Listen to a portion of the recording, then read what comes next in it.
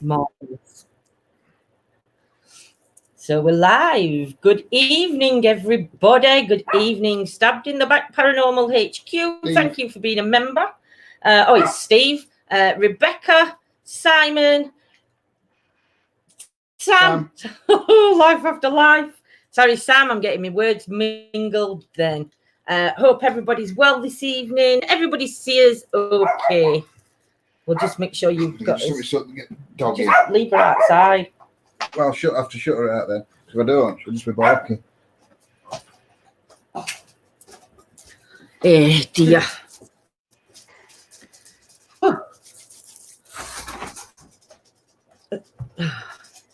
Eve Craig, hope you're well, my lovely. Lynn. Hello, Lynn. Lynn. Good. Hey, big hello. Really enjoyed your live. If anybody's missed Nanny Lynn's live, she was live on YouTube. Please pop over and rewatch. Evening, Sarah. Hope you're well. Hey guys. Evening, Brenda. Donna, Karen. It's going to be a very interesting night tonight. Evening, Mick. Dean, hello, hello. How come you get fun on you anyway? Because I have the hot flushes. I'll turn it slightly. And I mean slightly. Evening, Julie, Sunday, James, Paul. Hope everybody's well this evening. Hi, guys. I am a new family member. Welcome to each family, Steve. Seeing lots of hellos coming in. So I was just saying, I've seen lots of hellos coming in for myself. Yes, as well, so I want to say hello to everybody.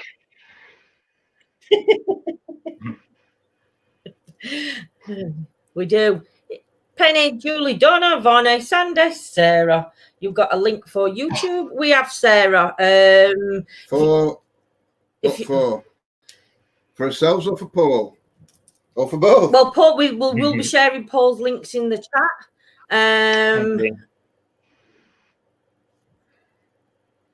So if anybody needs Paul's links, Nanny Lynn's link, we'll pop them up as well. What's on the agenda? Well, tonight, Donna, we have got Mr. Paul Goddard with us, and we are going to be talking about past life regressions, hypnotherapy, and much, much more, because Paul is a book of all the things. So we're gonna hand it over to Paul in a minute, and he's going to talk you through it all. And then if you've got questions, just please ask. We're good. Thank you, Karen, Ella, Laura from California. In fact, I think it's afternoon in California right now. It will be, yeah. So, yes. So, right, Paul. Evening, Patricia. That's the last one I'm going to say hello to. I'll just wave to everybody coming in new. Then I'm not interrupting I'll wave Paul. to new people. So, hand it over to you, my lovely. Oh, yeah, we haven't got any echo, have we, any guys? There's no echo. Everything's. I can't hear an echo. No. I can't hear. It all sounds good. So yes, hello everyone. Often the question is asked is how I got into what I do. The very first time, because it wasn't just that I thought I want to do past life regressions and just one day I suddenly just booked up. It was. As life always just shows you different things that creates interest within inside your being. The very first time that I saw hypnosis was, and I think I mentioned it during Lynn's talk as well, is that I was watching a program when I was at school, and it's about a dentist who would hypnotize his clients that were in his seat because they were very nervous when it came time to the drill. And he used to put them into hypnosis to help them. And they kind of showed as much as they could do on TV, because you never actually see the full induction on TV, just in case you become hypnotized yourself. But I was absolutely fascinated by it. And from little bits that I saw, I tried to hypnotize children during the playtime and everything, which was quite amusing. But then I just always had this interest more so to help people rather than the stage hypnotism side of things. But I kind of then, as life moves on, got interested in becoming a radio presenter, nightclub DJ, dabbled with that. But it was actually when my dad became unwell, with cancer that he started listening to some CDs that hypnotize you to help you to heal yourself. And although unfortunately he did pass away from cancer, he did start to get some movement back that he didn't have before. So it was almost like his mind was beginning to heal himself, but unfortunately because of a blood clot, that eventually was what took him. So then after he got, I could really see the difference in his life, that how happy he was using these hypnosis tapes. I got more and more fascinated in hypnosis again. It rekindled that interest for hypnosis, and also rekindled other things that I used to watch, like Strange But True. And Strange But True, they would talk about past life regressions where people would be hypnotized and come up with some amazing facts. So I was able to tap into that, because fortunately the course that I did, Celestial Training, they taught past life regressions along with the hypnosis that they were teaching me, and I learned an awful lot from that. I also went and did another course in past life regressions with Maria Wheatley, because I wanted to learn more. And I think when I first started out, I wanted just to help people with hypnosis and hypnotherapy, and it was like, oh, excellent, I can just on the side, do these past life regressions with people, because it was my interest. It was actually when I went on an investigation with our wonderful friend Lynn that I said, do you mind if I just for about an hour or so, during one of the breaks, just hypnotize some people, put them into a past life, and just because I just learned these new skills. And I had quite a nice group of people who actually came to watch and volunteer after volunteer. And then Lynn asked me to go along to one of her psychic fairs, and there was a room booked out for me. And from there, it just sort of started to snowball, really. So I've been ever so grateful, really, to Lynn for putting that event on, because I think that I would have only ever just dabbled in it if it wasn't for Lynn saying, I think you would be good on this. So thank you, Lynn. Yeah. Big thank you to Lynn. Have you ever has somebody ever done your past life regression? Yes, I've been hypnotized. Usually it's been when I've been on the training courses.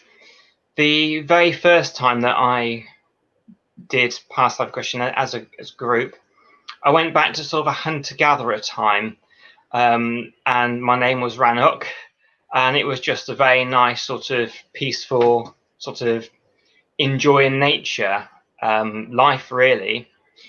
The next one that I did when I went deeper into past life regression, when I did the stage 2, level 2 of the past life regression, I was hypnotized again, and it was about soul contracts, and about releasing certain habit patterns that always go on in your life. And I used to be somebody who used to have a real hard time with saying no to people.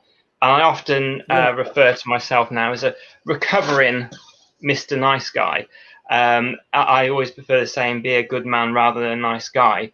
And when I went into this hypnosis session, I went back to the 1960s, and it felt like I was in the army, and it felt like I had to do with radio operation. And I had to say this basically a script was given to me. It wasn't quite code, but I didn't really fully understand it.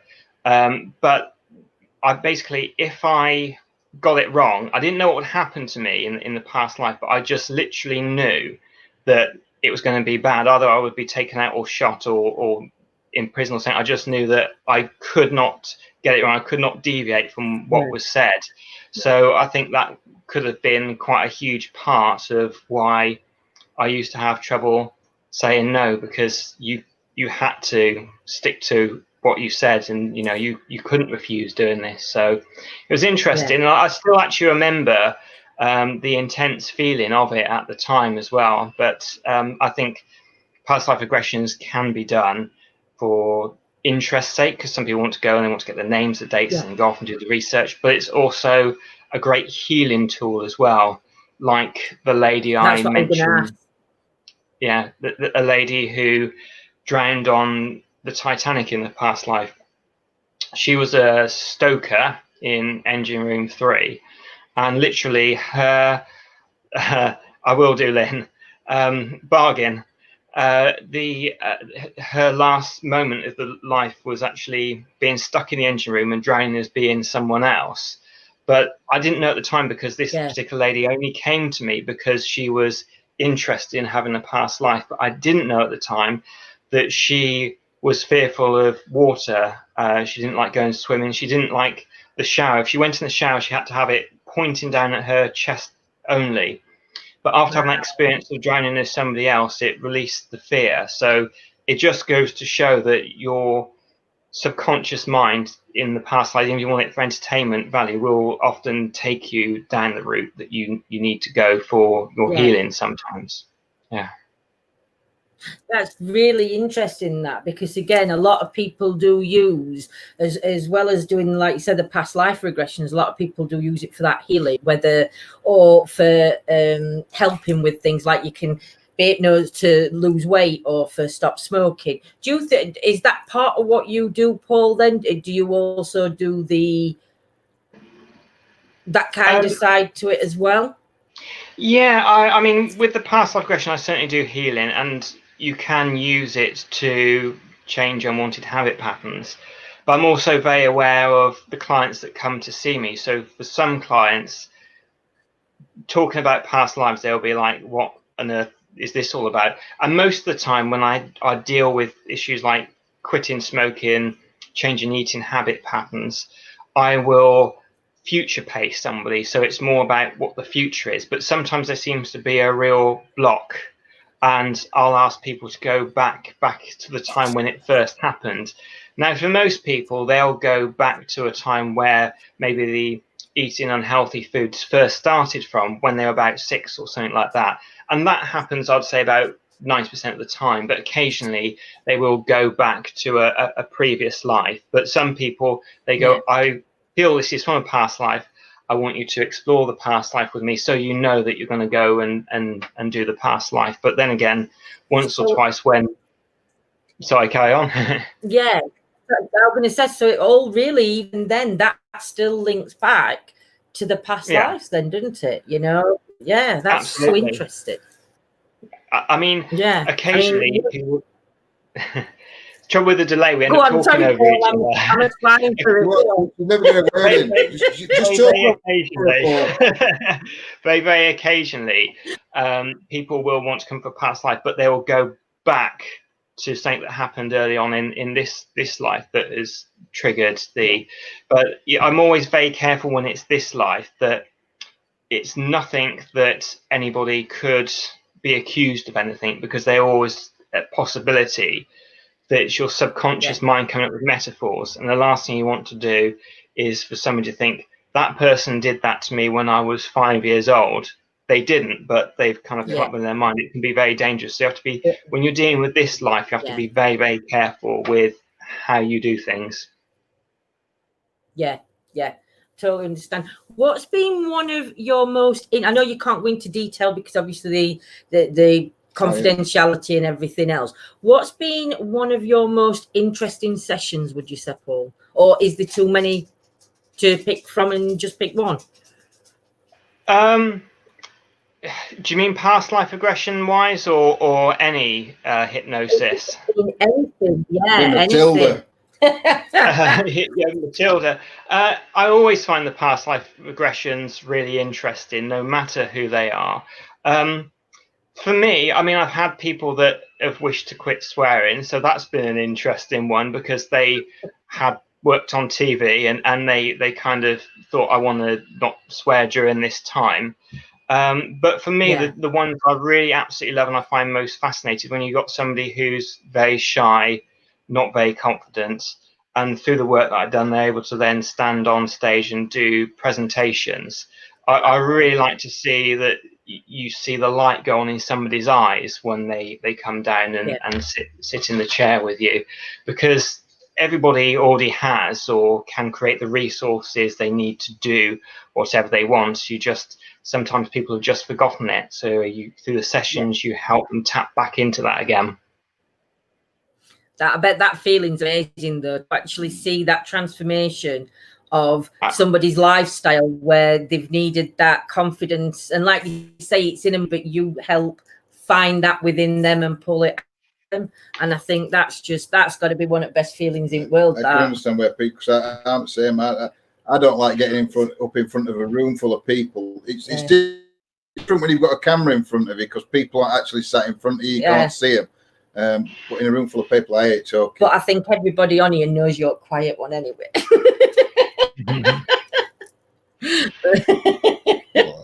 But yes, but you're the shyer one. Lindsay, try to quit swearing so we don't have to strike you. I do wear that. But yeah, what I did find interesting is the mind itself is such a.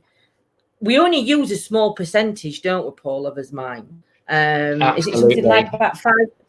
Is it, or because we don't I've heard a lot. 80% of it we don't use around that. So there's a huge part of the brain that is to be tapped into.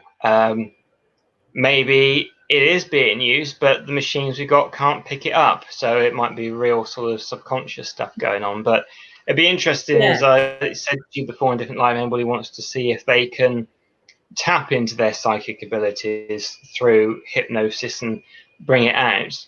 I don't know if any scientists would want to have somebody to do a brain scan for this, but if they have a brain scan normally and maybe trying to pick up on things psychically, after the hypnosis session, have the scan being done and see if there's any changes, because that would be wonderful to actually see come up on the screen, you know, because I'm always somebody who, if you hear of something, I tend to not just, I mean, I believe it, but I also want to have that authority when I see clients. I've tested this out myself. I've done a lot of testing with body posture and the Harvard power pose, or as I call it now, the Amy Cuddy's TED talk about the power pose, so changing your body language to make yourself feel more confident. So, which is a fascinating thing in itself. I'm also aware that probably a lot of people on here want to hear about the more hypnotic past life regression side of things. Yeah, definitely. We're trying to get you a question up from Patricia. She's put, does meditating help use more of your brain? Hello there, Patricia. Yes, it certainly does, and I know the frontal cortex of the brain, the part which is just right at the front here, it grows, and it's larger in people that sit down and regularly meditate or do self-hypnosis than people who just don't. So if you want to grow the front part of your brain, then yes, do more meditation. But I do find that when I have clients, particularly when they do the past life regressions, that the ones that regularly meditate, they find it easier to go into, I mean, everyone can go into hypnosis, and people that haven't meditated go on very easily, but I can almost guarantee people who regularly meditate will go into hypnosis really well. Particularly people that are mediums and used to doing trance mediumship and stuff. If they come to me for something, I can just say to them, sit down in the chair and put yourself into a deep trance. And because they're so used to doing it, I literally don't have to do anything. So that's pretty good. Save time anyway. Joley, she for some reason we can't get these questions up, Paul. Joley's put. We've got to go back up screen. Julie's put, have you ever had to stop regression because someone was getting too stressed? No, I haven't. I've had people where I've taken them out of a situation, because when I do a regression with someone, I always take them to, even if they want to go into what potentially might be trauma, like fear of water, I will always take somebody to a very happy place within that past life. Occasionally, though, you will have somebody who says, I've got no happy times, and that's quite sad to hear that. But what I can do as well is that if I feel somebody's getting stressed, because a little bit of stress to help them cure a phobia is good, but you don't want it to be an absolute trauma that it gives them other problems as soon as they leave. But I always say to somebody that what they can see, they can remove all feelings from it, and it will be a little bit like at this moment on, like a videotape that can be fast forwarded or rewound. And by planting that suggestion to somebody, they can then go through the process, and it helps. But I've a couple of times said, do you want me to bring you out of it now? And they sort of said, yes, please. But I've never had it where somebody's gone into absolute shock, because I'm making sure I'm watching people all the time. But yeah, I'd say that even those people that have got brought out of it, it's not that bad that they're going to be shaking from leaving the session. I always make sure they're okay afterwards. I always give them healing through visualization and hypnosis later. Then I always talk with them, give them a cup of tea, water, whatever they want to have afterwards, make sure they are fully fine before they go home, and make sure as well they're fully awake, so I'm not sending them out, half in trance still. They're not going to go out clucking. So Patricia's put, is the trance the same as hypnosis? Yeah, it's a different word for it, really. I mean, in my training, yes, it's exactly the same thing. I think that some people say mesmerized as well. Going back to the original person who did hypnosis, was called Mesmer before it was actually called hypnosis, before it took on the Greek god word for sleep. I do believe it is. So yes, it's the same thing. I tend to not really say hypnosis during the regression. I say relaxing deeper, going deep into your pleasant states, because sometimes, not very often, but sometimes people think, oh, hypnosis, and slightly bring themselves out of it. Whether you're talking about somebody going deeper, then that's relaxing. They're just putting themselves into that twilight state before falling asleep and before waking, that quite pleasant Sunday morning, you're just lying in bed kind of feeling. I've noticed Sarah Lou has been commenting earlier up in the chat. Sarah's been having some really weird dreams, and I think this is why she's asked about dream hypnosis. So I'll answer what I think Sarah's asking me here, and that is, can you use hypnosis to find dreams out again? I think yes.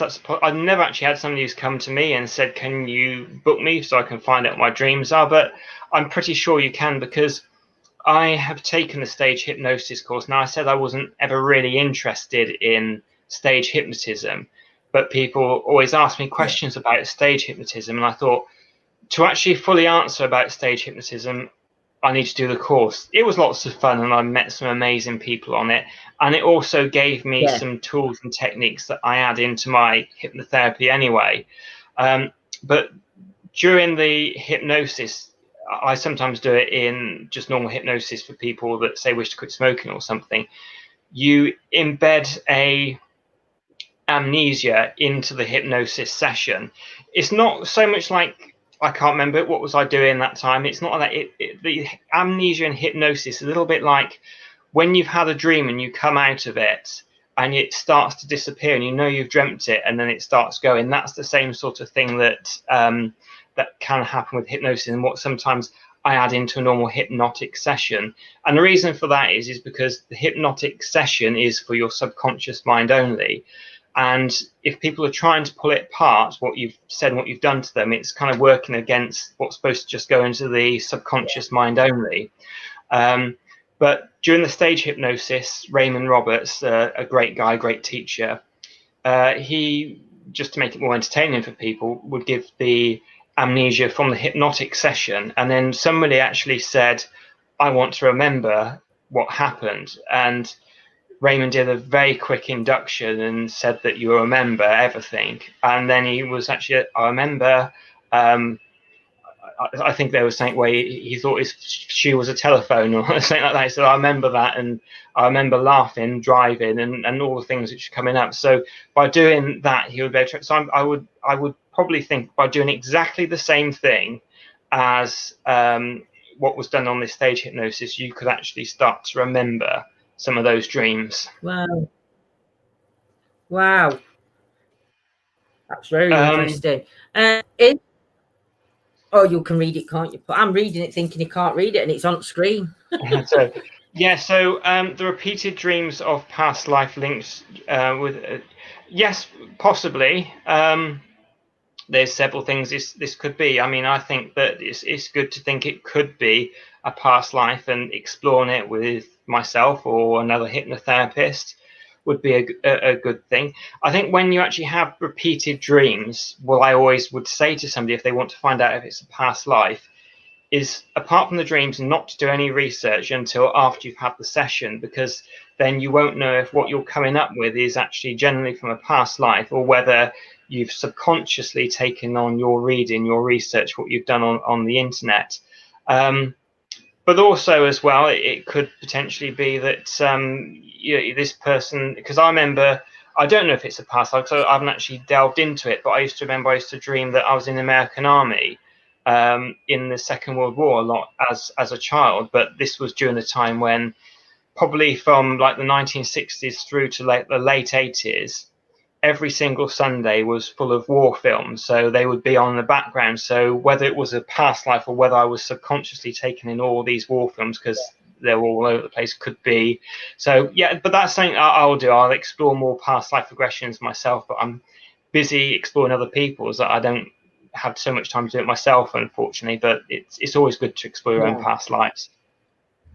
Yeah. Do you know when somebody has a past life regression done, is it, say you've had multiple different lives, or is it just look which life comes out, or do you take them back to a certain time? Or I think the subconscious mind tends to know where it wants to take you, particularly if there's an issue you want to have resolved. You'll go back to that time. Yeah. There's lots of different ways that you can get somebody to a past life. I start off with taking them to a corridor, and in this corridor there are doors leading off to either side, and each one of those doors will lead to an experience which may well be a past life, what I say to somebody. But most of the time that happens and works all the time there. But occasionally, particularly during my early days, they'd open the door and they would say nothing. And you think, great. And particularly if you're doing a live show, you're feeling the sweat run down your face at that time when they say nothing. Yeah. So you try another door, and quite often when they do another door, they're able to get something then.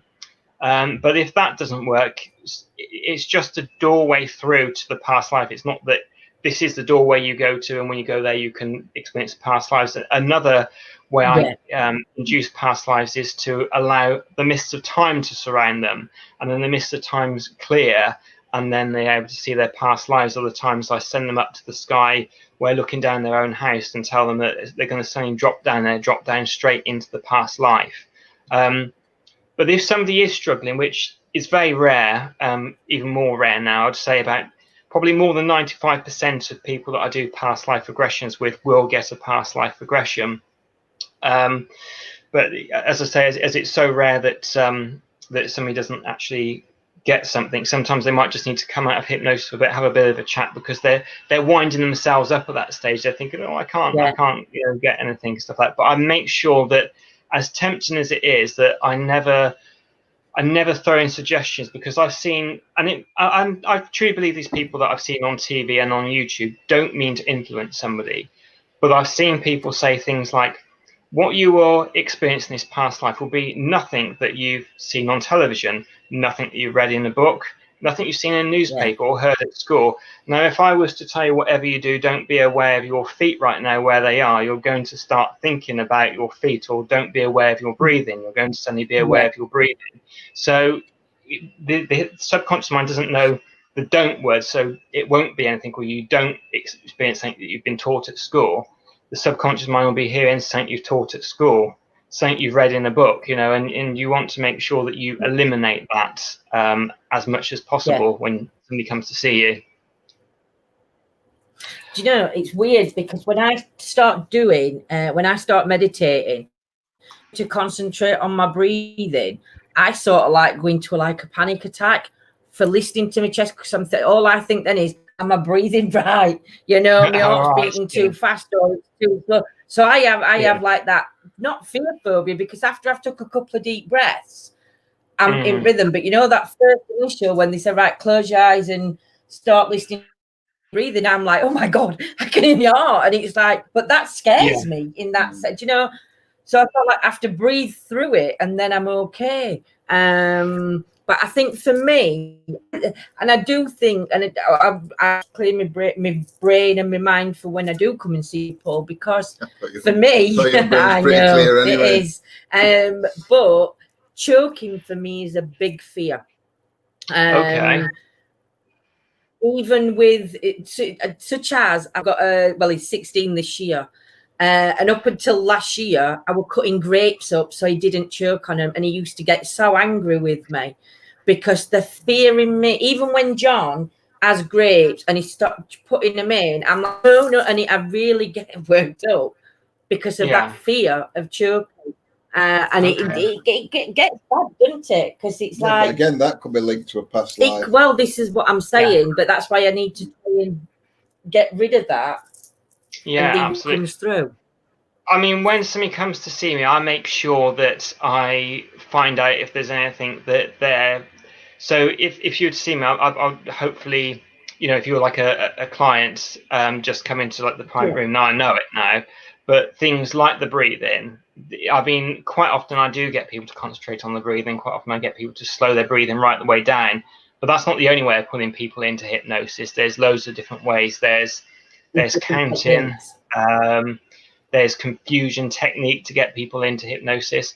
I mean, I do fast inductions when I've got people next to me when I'm doing a live. But there's also instant inductions. But I tend not to. They're brilliant for the stage shows. But I tend to just take a couple of minutes getting somebody into hypnosis, like 2 or 3 minutes. It's not too long for people to watch. Yeah.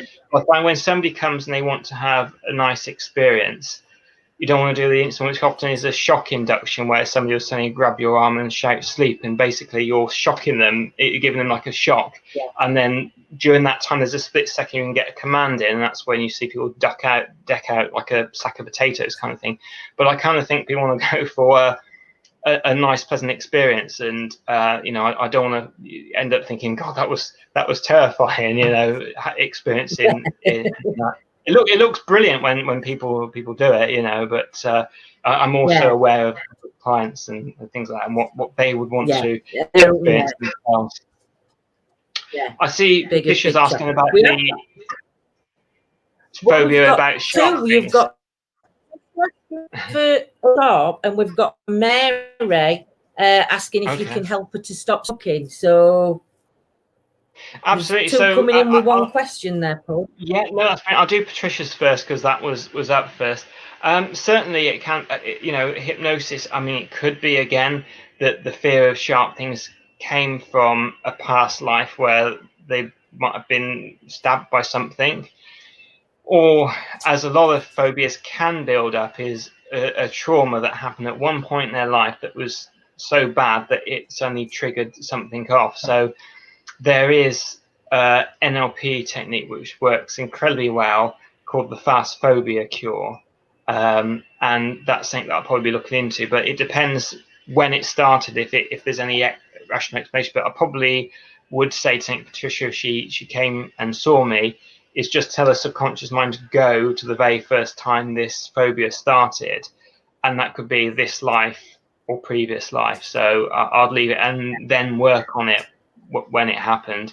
Quite often what you can do either in this life or previous life, say you got stabbed by something, it triggered a phobia off it, you survived from it, but you triggered a phobia off, or you were stabbed in a previous life, is get them to witness it, but then scramble it in their mind. So you're getting them to see it in reverse, black and white, then add in some humor into it as well, which kind of seems a bizarre thing to do, but you want to have it so that the event is less frightening for the person, and that when they think back to it, they kind of can't quite remember it so well. So that's one of the techniques I do. And Mary, yes, quitting smoking, yes, that's something I can certainly do. The only thing, Paul. The only thing is that I say is when anybody comes to me for quitting smoking, I really get to find out if they truly want to stop, or whether they're just seeing if it works. Because I have got phone calls from people before that said, my girlfriend is really wanting me to stop smoking. And then you ask them, well, what about you? Do you want to stop it? And usually there's a bit of a pause. And then they say, yes. But because there's that pause, you realize that they're doing it for somebody else. So I say, look, have a think about it. Do you really, really want to stop smoking for yourself? Because if you're doing it for anybody else, you know, they might as well roll out their money and put it down the drain, because I could see somebody for the money, but I like to have success with my clients.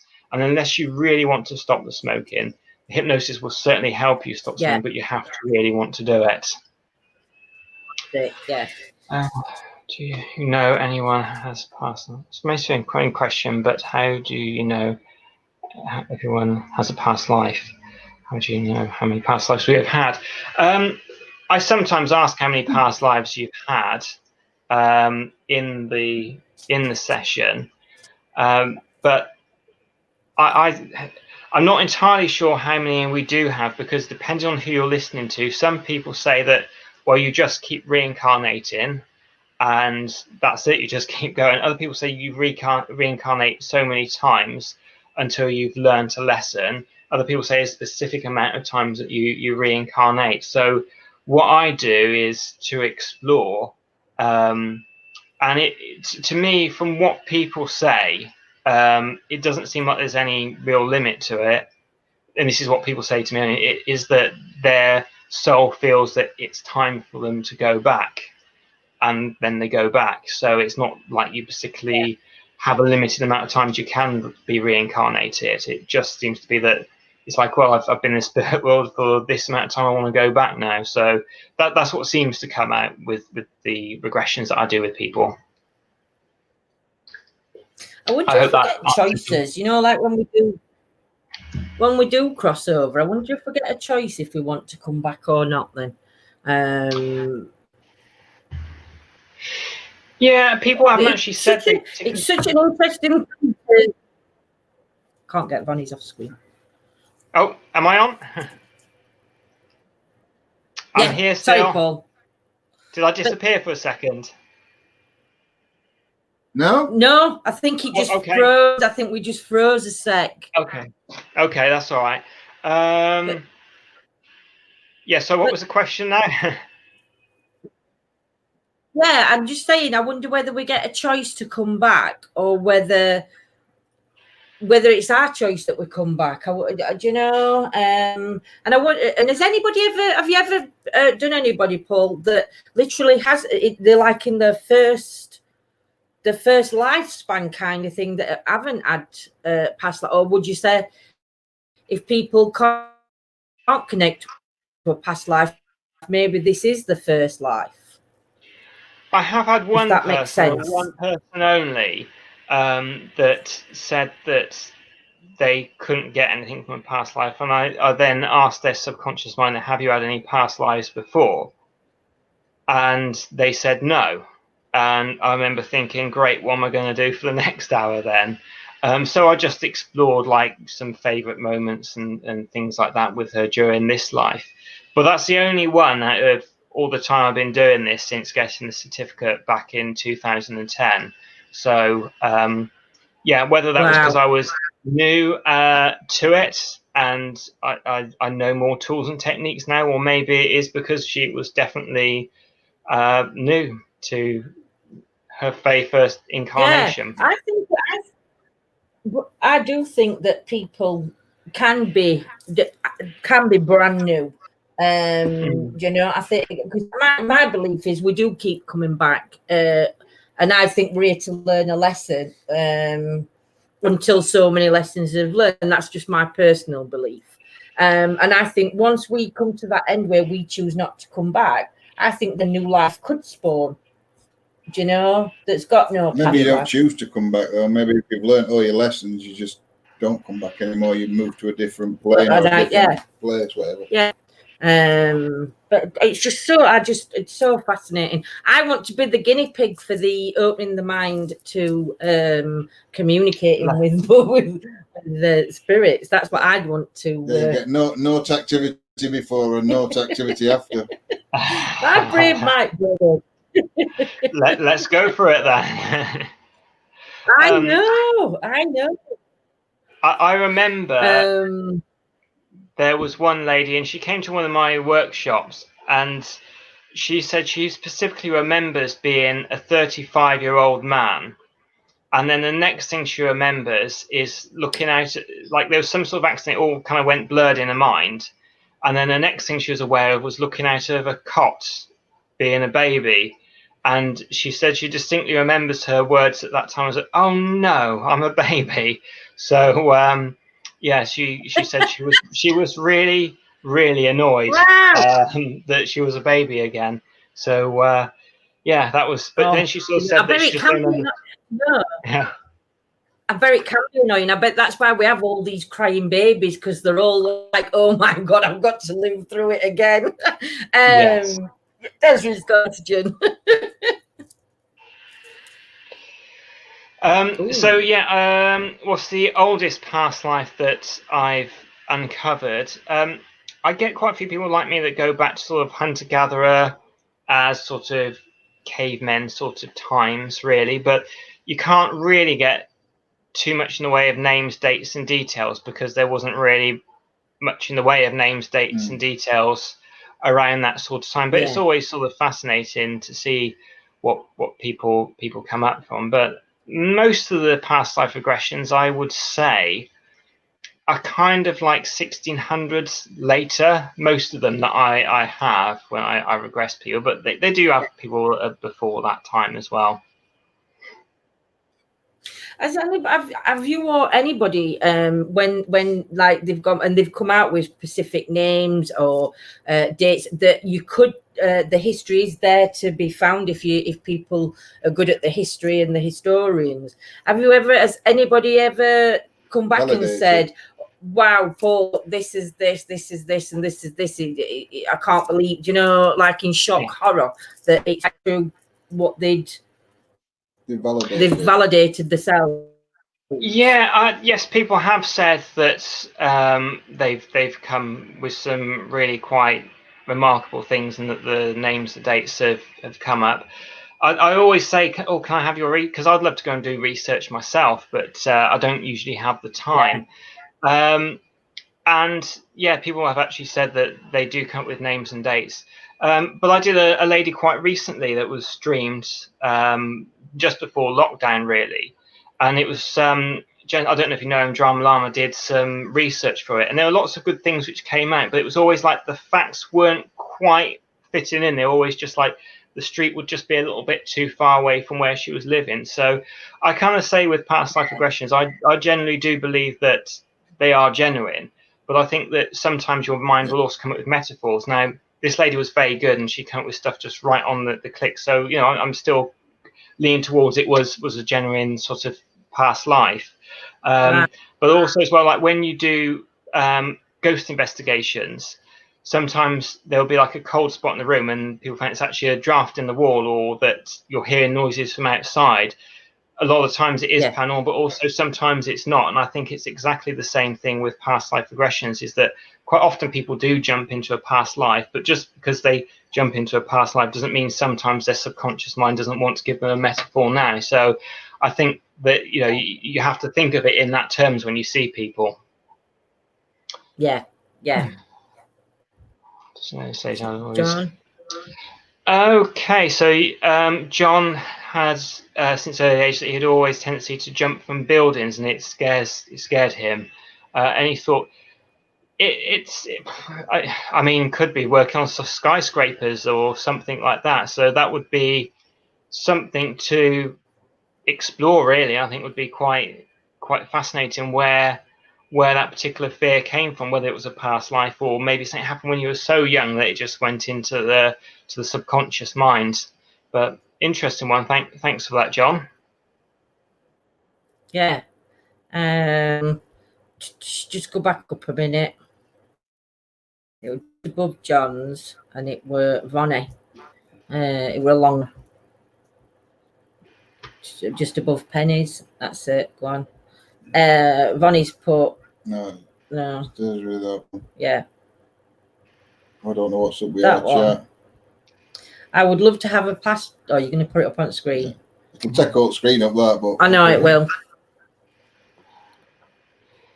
On the whole course castle anyway, it means I might get into these buildings. I would also like to be able to have my senses open to spirit. Yeah, absolutely. If you want to have your senses open, maybe I might do a group meditation thing for that one.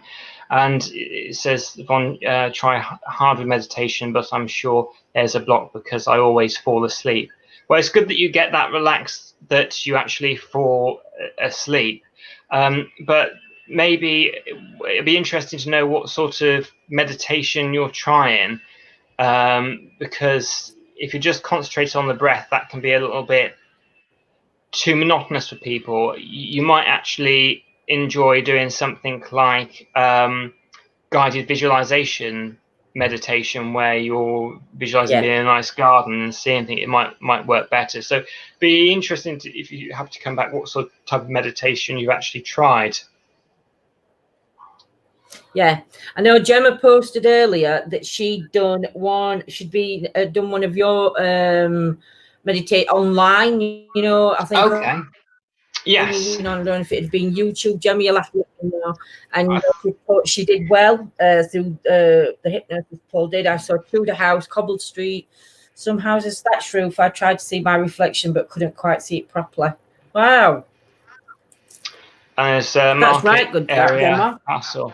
Yeah, it's good. So that's wonderful to hear people's feedback. I was going to do a session on Zoom for everybody to join in, but to actually pay for Zoom, I found out that when you actually put your card details in, it didn't have the secure lock sign in the corner, and I thought, I don't want to put my details into this. So I did it on StreamYard in the end, and people were just typing in their experiences. So I'm glad that Gemma did get a positive experience from that. And it's nice to hear people that have had those experiences, because quite often I've done these workshops with people, like group talks, and part of the talk there's a group hypnosis, and you say, who wants to volunteer?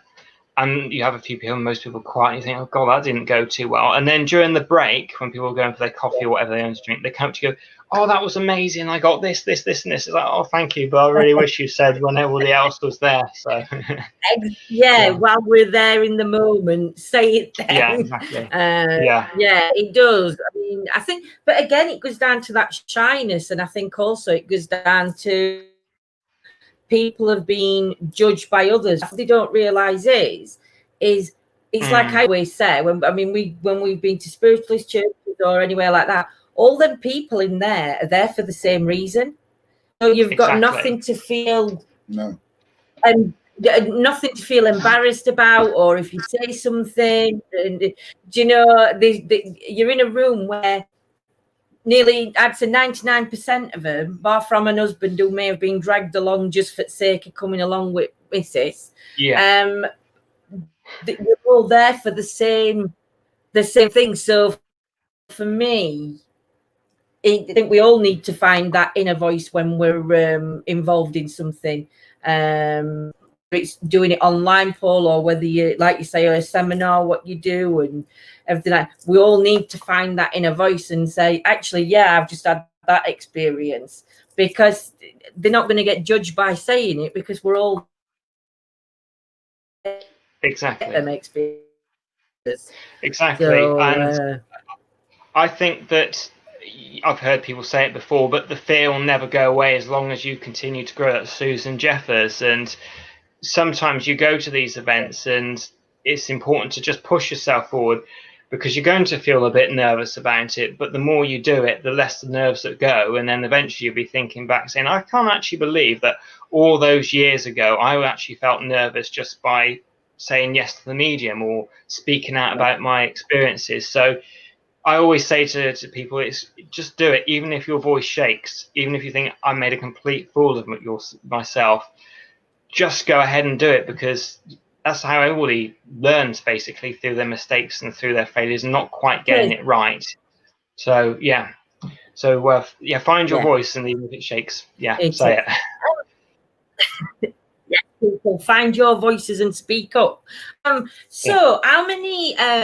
So if somebody wanted to book in for a past life regression, is it what can they do a one session, or can they do do as many as they want, or do you put a limit on it? So because I think something, it's like when you're doing tarot readings or a medium, people always want they just want to keep coming back for more and more and more. So do you like say to them, well, we'll come back in a couple of months and try it again? We've just done your a block plus 10 or whatever it is, or what would you recommend for them? Well, if people are going to me for past life regression and it's just interesting to them and they enjoy it, I'm happy for them. You get a feeling when somebody be able to afford doing it, for them to come back because they're interested as many times as they've liked. Because a lot of people, they could quite happily go out and spend, it's £45 for DVD of the session with me, where I know so many people that go, that's a bit expensive, and then you knew last week they went out and spent £100 on booze down the pub kind of thing.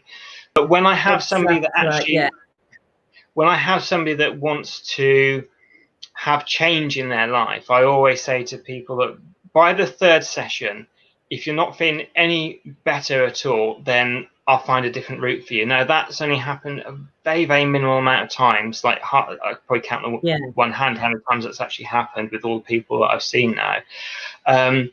But I'd rather say it to somebody rather than just somebody come back and nothing's really changing. But it tends to be, so I say 3 sessions usually good for just normal hypnosis, the NLP neurolinguistic work that I do with somebody. So they usually come for the first session, then the next one's kind of building on that, and the last one's kind of tying it all together in a follow-up. Then I just check in with them a month's time to see how well they're doing. And if they sort of say, look, it's really good, I just want to work on these couple of bits, then I'm happy to see them. But if there's no change whatsoever, I think it's unfair to have somebody come back and spend that money over and over again. Just like I often don't do discounts, but I can tell when somebody needs a discount and they really need the work. You know yourself. Absolutely. And the strange thing is, I find that people. Sorry. Go on, Paul, sorry. I was going to say, I find the people that generally can't afford it are the ones that will try and pay it to you. You get other people that like try it on and ask if you'll travel like 50 miles for 20 quid kind of thing. It's like, I really can't do that. I'm sorry. But, I do offer Skype sessions for people as well. Yeah. Wow, that's amazing. I think you're going to get quite a few messages from this lot tonight, because they're all they've all got bits and pieces. I think they all want sorting. Let's see if anybody has more questions. Pop them in. I can see Patricia asked about if anybody's been regressed who wasn't a human in a past life. It doesn't happen too often. I've had a whale, and I've had somebody who said they were an ape. They're the only two I've had. Really? Yeah. Wow. But I mean, it's true though, that, isn't it? Because in certain beliefs, we can come back as animals. So if that was a past life, then it would come forward. Wow, I find that question very interesting. I'm coming back as Fifi. He says he's coming back as dog because he gets more attention. Do you know? That's interesting. I've never had anybody swinging on trees or anything like that. No. Dear.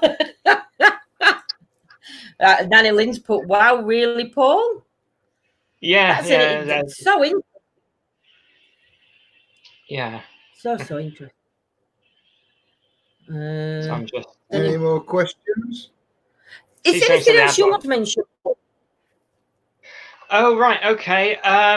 Well, as when I do my live shows with people, I think the important thing that I always try and put into the show is that past lives are wonderful and they can teach us an awful lot, but it's always important to live this life to the full. So I always sort of Nadine Starr, I often finish with a poem by her, which was if I live my life over again. And what I often say to people, if you find, because I'm always, people should live their life, go for their dreams. And I mean, not everybody wants to live in a mansion and be a successful business. Some people just want to have contented lives. Whatever you want to have in life, is just to really go for it. And I say that to people that, imagine that it is your last day. You're kind of in your 80s, maybe 90s. Some always like to say people have got to that sort of age, but you're looking back over your life and you think to yourself, I wish I'd done this, this, this, and this. If you kind of remind yourself, and sometimes if you don't make those subtle changes, because even if you make a small change over time, it ends up being quite a big change. If you don't do that, then by the end of life, you'd just be regretting it. And people said there'd be nothing worse than looking over your life, forced to see a videotape of all the, I could have done this. I could have tried another go at doing amateur acting. I could have written that book. I could have travelled to Kilimanjaro. And if you've got those regrets, I think that's such a sad thing. And that's what happens in past lives as well. You know, sometimes people regret the things they didn't do in that life. So don't make it happen in this one. Yeah. In this one, I always go by the 3 C's. Choice. Oh, forgot what it is now. That's what it. There's choice. I've just said it on the tip of my tongue, and I know it's 3. I call it the 3: choice, chance. What third one is? I'll remember after, and I'll put it up. But there's like the 3 C's in life. Mary, I'm going to go to Scotland. Where are you from, so I can look at hypnotised? Well, I'm from Gloucester, so you probably couldn't get further away from where I am. Well, actually, if I was in Cornwall, then it would be further away.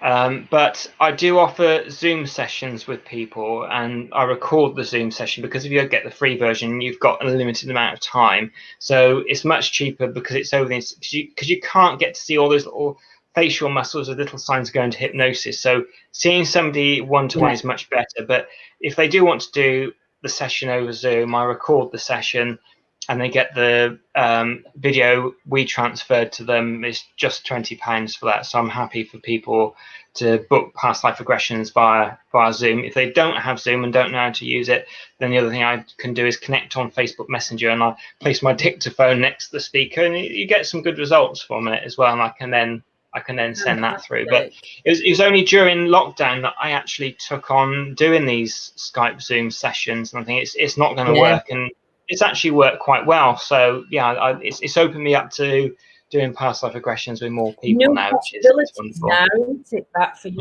all?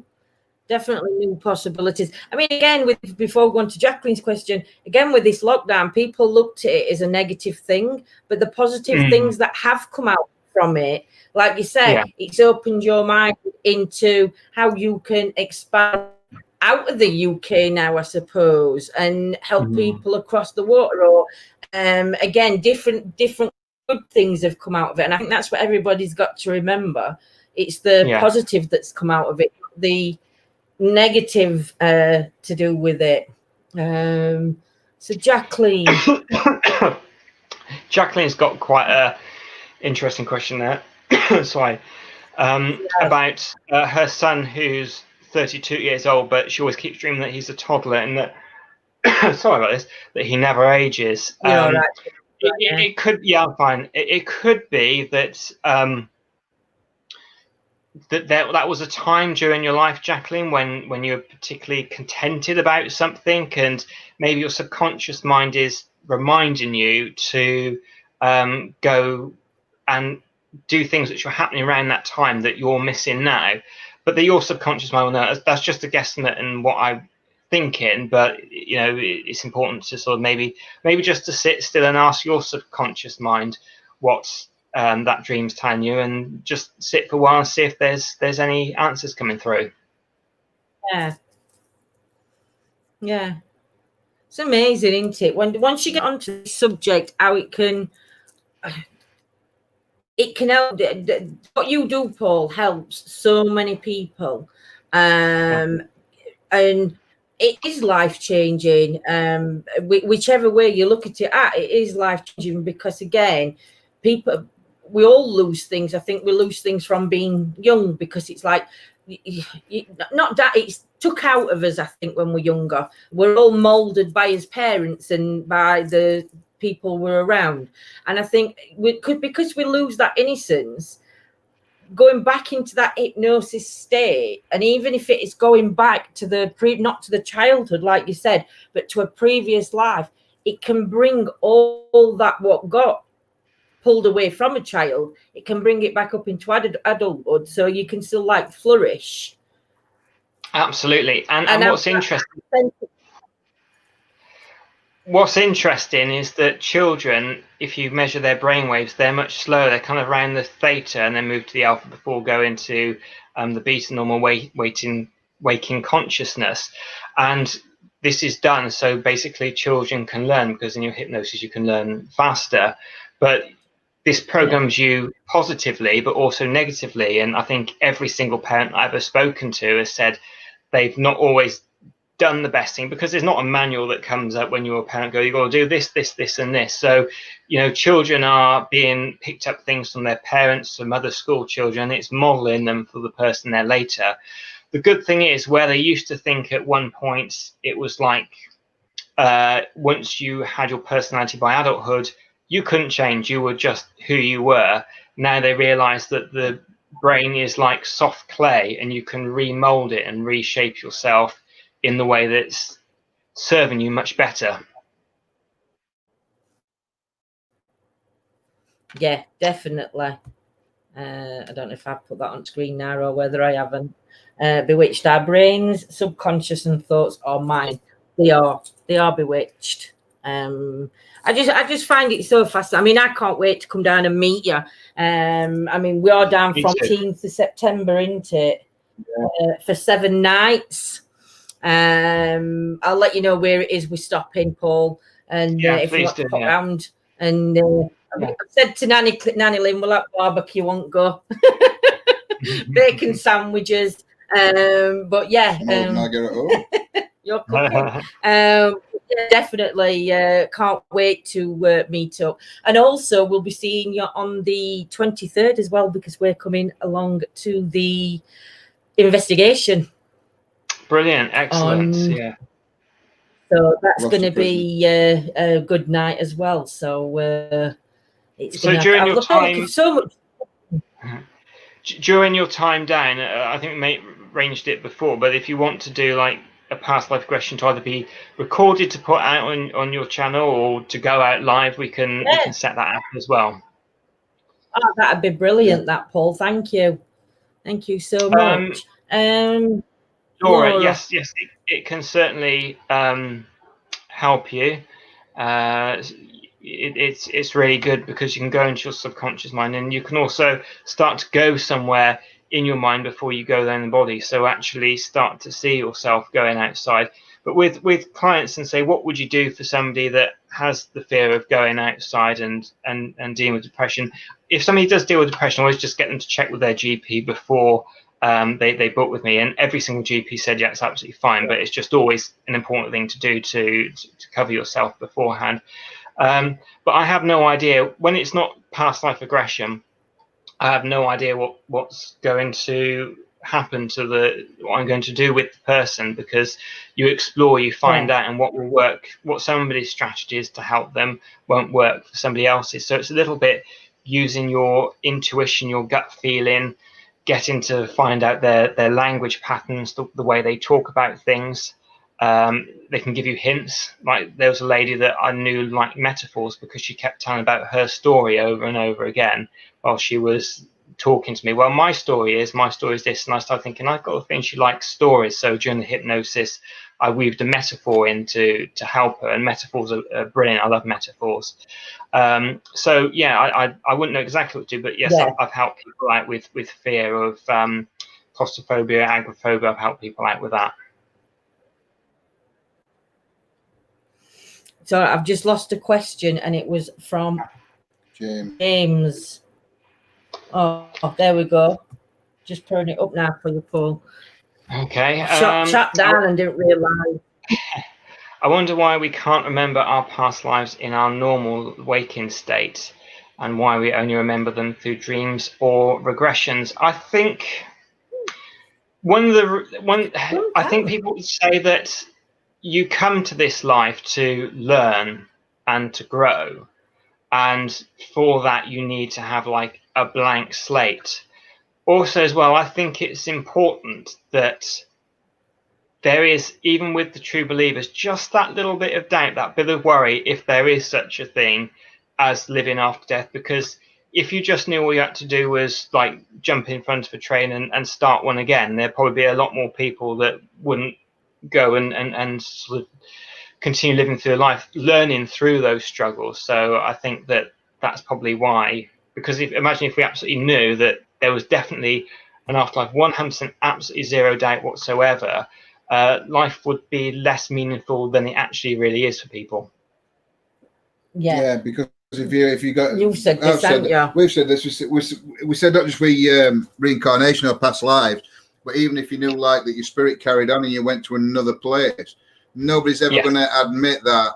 The governments or powers that be knew for definite, not going to admit it, because the amount of people that say, "Well, I don't really want to be here." Do you know? Life's better on other side. Life's better on the other side. I'd rather go over there. And the amount of people in the life would be astronomical, I think. Yeah. But, absolutely. Yeah. It would be too much to handle, wouldn't it, Paul? That's what Nanny Lynn's just put. It would be, Nanny Lynn. It would be. Yeah, I think it would. And I think also as well, it's like what Paul said, we live for today. We live in this life. And I think if we actually did remember previous lives, you'd always be living in your past, because you'd be trying to, it just wouldn't, it just wouldn't work, would it? But I suppose as well, I mean, one way you could look at it is the previous life, the soul, the energy of the body, the actual brain itself. No, yeah. So if the brain's like a storage, the storage of the past life might be in that 80% of the brain that we don't use. Do you know what I mean? Yeah. So it could be, unless you tap in, you're not going to get into that. Yeah. It could also be like it could also be like the human brain. Yeah, I think because there's a delay, we kind of end up talking over each other sometimes, don't we? That the human brain is kind of like the USB stick, and that all the past lives, all the learning that you've had is the supercomputer that you kind of then plug into after. That's another way of looking at it, I guess. It's just come to me just now, so I thought I'd share that. But it is, it's just, Heather's just put, as a child, I used to say, I've been here before, and used to freak my mother out. A lot of kids, my Nan, as soon as she saw Michael, because like mine were talking when they were 1 and walking, and my Nan always used to say, Daddy's been on this life before him, he's been on this planet before him, because kids are just some are so forward, and it's like you don't have to learn, automatically do it themselves. I mean, we programmed, didn't we, about reincarnation, where that child had they were a soldier, either a soldier or an airman or something, and he knew exactly who we were, where he were based, who we were married to, what his kids were called. When they researched it were all right, weren't it? Yeah, they even went back to family. And he was saying, that's... But then he got to age of like, I think about 13, 14, and his memories, he couldn't remember then. It were like a blockage on him. And it were like one day he just woke up and that were it weren't spoke about again. But I just think it's such a fascinating, and you could talk about it for hours. Do we keep reincarnating with the same people? Sometimes people do. Yeah, absolutely. I've kind of had people that have kind of less coming to me, but that you hear them talking about that they've kind of like traveled together. Quite often as well, you hear about like the son and the mum in one life, it will be flipped round. So in another life, the son will be the mum, and the mum will be son. So it's like the grandfather of one becomes the young child, and it all gets sort of like you hear children sort of saying like, when you were young, I never used to spank you, and things like that, little kids sort of coming out with those things. I'm always fascinated with the work of Dr. Ian Stevenson, who I do talk about in the talks that I give. And he went round with another gentleman still working, Dr. Jim Tucker, and together they went around the world, and they had some quite fascinating cases. And they did notice that a lot of the children that would talk about where they might have been shot, that they would have like a small birthmark, often where they said the bullet went in, but on the back, because the exit wound is bigger than the entry wound, there'll be a bigger birthmark on the back. Sometimes they would talk about being shot in the head, and when Dr. Ian Stevenson would pull the hair aside, he would notice that there was like birthmark under there. So it was quite fascinating stuff that he did. And he actually said that he put a padlock in the room with a safe and something in there, and so if after death he could pass on the code either through the spirit world or through reincarnation, he'll do it so this safe can be unlocked in Virginia, where he was. Unfortunately, it's still locked at the moment, but I also think that's quite a good thing in a way, because that shows the honesty of the man in all this research, rather than just saying to somebody, say you got this message from me or something like that. So yeah, I have huge respect for the fellow who passed away in 2008. Oh wow! What we're going to do, Paul, is we're going to share out some of your stuff that you've got on your Facebook and your YouTube, and we're going to link it up onto the channel and get it shared out, because I think it's just such a fascinating subject that everybody, it's just a phenomenal. It's phenomenal. Yeah, I can't say that James word. needs to go and stand outside. He's not been listening. Look, that's live. Could we have been? Yeah, we answered that one earlier. Michelle's. I showed my mum and dad directions when I was 2 to 3. My dad got lost in Wales on a holiday. Freaked them out. Even told them they were further along the road. There was further along the road than where they were. That's fascinating. I have heard. I think we spoke about this when I did a little chat with you when I joined when Lynn was interviewing you. About Barbara O'Carlin, who had memories of Anne Frank, and when they went to see Anne Frank's house, Barbara O'Carlin, who had memories of being Anne Frank, was able to take the parents a different route to Anne Frank's house, the shortcut where the tourists didn't go, and her parents were amazed by that. And as well, she knew there were photographs upstairs which weren't up there. They asked the tour guide, where the photographs gone. They said they've been taken down, but will go up again over a plate of brass, because people were just taking these postcards that she used to like to collect of the movie stars of the time and like famous people, because people were taking them away, they're going to plate of glass. So that was something she got right. So that's really compelling, Barbara's story as well. And it also seems like who was lady, but the lady said about her telling her mum and dad the direction to go. I mean, that's fascinating, and that would be really interesting to explore in a past life regression, either with myself or somebody with her at one stage, to see what she was doing if there was a past life around then as well. How long have I been doing past life regressions? Thank you, Robin.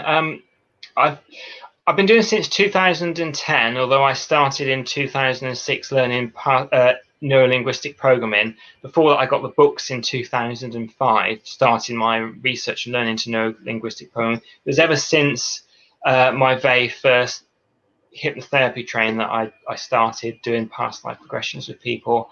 And I've been loving it ever since. Do you know when you look back and you think, oh, I wish I'd have done certain things in your life, and you look back and it's like, oh my goodness. And it's just because you've always, it's just that fascination, isn't it? It's like with paranormal, though. The fascination with paranormal started at a young age, and I think it like stays with you, doesn't it? So again, like you said, when you were younger, it was something that was already in you, weren't it, Paul? It was. Absolutely. And I think, I saw a question and I forgot what it was. Do you remember it was one of the ladies was asking whether you're going to do it on Facebook and YouTube when you do the hypnotic sessions. Do you do it on YouTube and Facebook, Paul, or? Right. Well, I mostly use my past life regressions with Paul Goddard YouTube channel. I have got a Facebook that I then copy things across to. When it's a live stream, it tends to be through YouTube only, but I might end up doing what you do and get the StreamYard paid version and then having it stream through both. But at the moment, it's through YouTube. If people want me for a session and it's private, then it will be on Zoom or Skype or whatever somebody wants to use. And that session will be just for them only, and it won't go out any further. But I do look for volunteers at certain times, so I'm going to be setting something up where there's a group of people that are happy to help chip in for the payment of a room, and each week we can explore past lives and then stream somebody's past lives, is something that I'm looking to do. Wow. Because when you do past lives, the more times you do it, the deeper you go into hypnosis, the more information that can come out. So if you did want something they want to keep exploring the same past lives, you find a lot more information comes up than if they're just jumping around trying different past lives. But then when a client wants to book me, they can either keep exploring the same life or they can jump around and try different ones, because at the end of the day, I always think it's important that you do what the client wants to have and wants to experience. And that's what I do when I have somebody up on the stage, because at one point during the early times, my antivirus just popped up. That's good. Oh, sorry about this. Can you still see me? Yes, can still see you. All right, that's fine. I can't see you at the moment, so let me just close my antivirus down. So yeah, brilliant. There we go. I always think it's important to remember, because when I first got into past life regression, when I first did it, there was that little part of me that was thinking to myself, I like being the center of attention. I like being the hypnotist. But I think that now, as I've done it more, and over the last sort of 5 years or so, I've realized that the person that is in the chair is the person that should have the attention. It's the person that is having the past life regression that is the star at that moment. And it's not like me doing an amazing thing. I mean, the hypnotist, they basically guide somebody into hypnosis. So all the praise should really go to the person who's being brave and, actually volunteering themselves or come into me. And since learning that lesson, the regressions have got a lot better, because it's nothing to do with me. It's about them and their experience. Yeah. What's this one? Do you think that we can repeat our past lives, or do we always choose a different direction? I'd like to think we learn from this one. Some people do learn, but quite often people just get into a loop. So they're having the same problem in one life, they're having the same problem in another life, they're having the same problem in it. So what I do is because quite often sometimes people have a soul contract, and unless you actually learn the lesson, you're going to always keep going back and not learn it. So with regression, I ask, are you ready to let this go? And the person, I haven't had somebody said, no, I'm not ready to let this go yet. But you have to really, really, truly understand what the lesson is. Just kind of, yes, I know that, but kind of dismiss it. You have to really take on, right, this is the lesson, and fully take it on board, and then you'll be able to move on for it. Otherwise, you're going to go back and repeat the same things over and over again. So when I see someone, I make sure that they are truly ready to let that go and make new choices and act in a different way. Yeah, I'm just talking about James asked a question, and Paul already answered it earlier. It was about have people always had past lives, or can they be a new soul? Yeah. Paul had said he'd only ever had one that was never had a past. Yeah, and before. Robin's question, Robin asked another question, but we'd already answered. We'd already asked that earlier on. What's happening now? I think we've got a few coming on from because we're different all over, aren't we? So everybody's jumping on at their times. Robin asked us, Paul had a past life regression himself. I know we were in the past. You were hunter-gatherer in one, weren't you, Paul? Yeah. You can go back and watch. But I think what we're going to do now, because I don't know about you, Paul, but I'm melting while I'm sat here. I am, yeah. Unfortunately, my face isn't really shining, because I was beginning to think, is my face shining here? But yeah, I seem to be okay. I'm absolutely melting. But we have loved having you, and I want to say a big thank you, Paul. for coming on and joining us. Anybody who wants to get in touch with Paul, we will be shared. The links have been shared in the chat, and we will also be putting them on our page as well. Yeah, and also sharing a lot of his work out within our page and group. So keep looking out for that coming. But yeah, Paul, anytime you want to join us in the future, you are more than welcome. Just give us a bell. And I know this lot are going to want to have you back on because they're just going to inundate you with more questions. I would be absolutely delighted to come back on. So thank you, and thank you to every single person that's also asked the questions. And yeah, hopefully, if I didn't get round to answering it this time, you can ping me an email and I'll try and answer it for you. Yeah. Marvelous. Yeah. Well, thank you so much. Thank you to everybody that's joined us tonight. Thank you to every one of our moderators, and we shall see you tomorrow night, depending on the weather forecast. So yeah, everybody take care and thanks for joining. Mwah. Good night. Thank you. Bye, everyone. Take about 5 minutes to end it. 5 seconds to end it. End broadcast. Ooh. I don't know if Loveland. I don't know if she can still see it. That's still live. So it says end broadcast. Yeah, it does. Yeah. Paul, don't forget my 50 quid. Nanny Lynn. I don't I'll pay be ending the broadcast. I know, but